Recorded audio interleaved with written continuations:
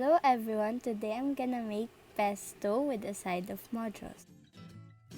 This is the final product of what I cooked.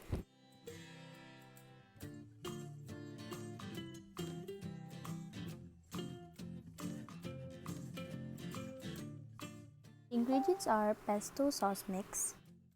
I mix 1 cup of oil in the sauce mix and this is what it looks. Next is 1 tablespoon of chopped garlic. Next is 1 can of mushrooms. And I also removed the water from the can. And last is olive oil.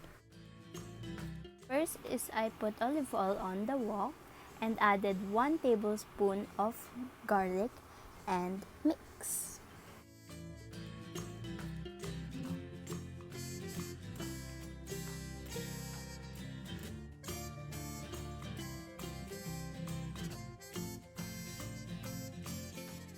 After mixing, I added 1 can of mushrooms and mixed it again.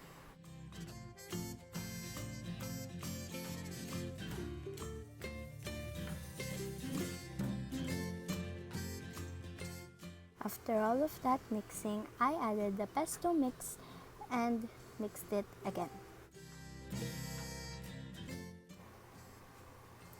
Yay, I got it!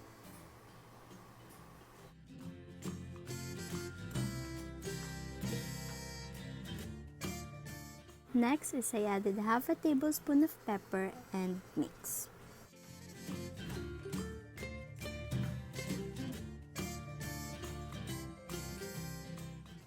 Next, we're gonna make the pasta. In a pot, I added water and 2 tablespoons of salt and added the pasta. Next is I mix the pasta and the water for a little bit and let it boil for 10 minutes. Next is I drain the water and I get my pesto sauce and put the noodles in and continue mixing until it's all well mixed.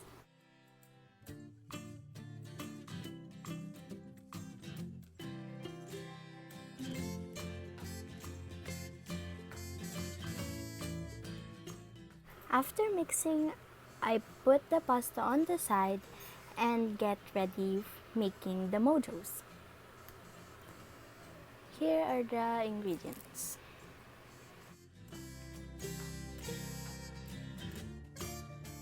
In a bowl, I mostly added 4 tablespoons of chicken bread mix, 4 tablespoons of cornstarch, 1/4 teaspoon of pepper, 1/4 teaspoon of garlic powder, 1/4 teaspoon of paprika,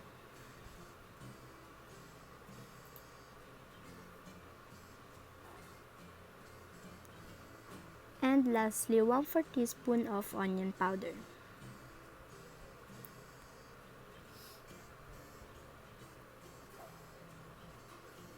After all of that, mix everything together until it's all well combined.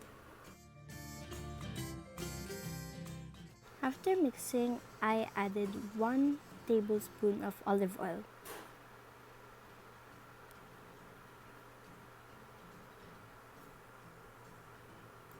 Mixed it from the other ingredients. Then added 100 ml of water and I prefer adding it little by little so that it won't form up large clumps.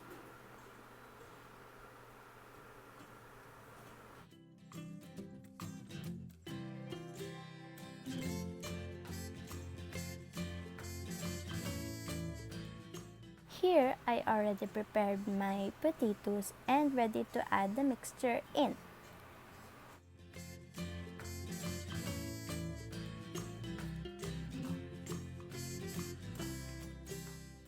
Just keep mixing until everything is well coated in with the mixture.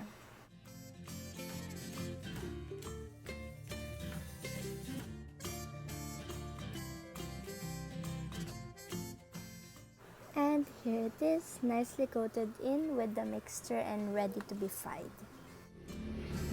Here I prepared cornstarch in a bowl and dip the potatoes in with the mixture and coat it with the cornstarch. And after it's well coated, I put it in the wok with some oil. And if the cornstarch ran out, it doesn't matter, just put more and just continue coating until everything is nicely fried. This do take a bunch of time because it can be a little bit long for the potatoes to cook, or it just depends on how much noodles you want to make.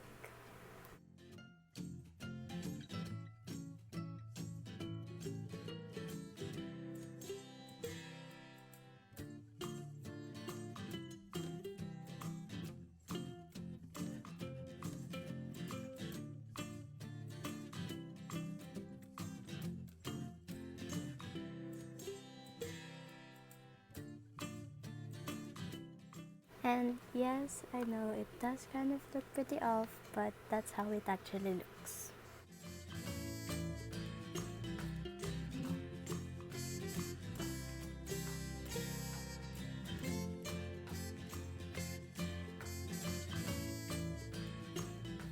Since the noodles are done, let's put the pesto into the plate and get ready for plating.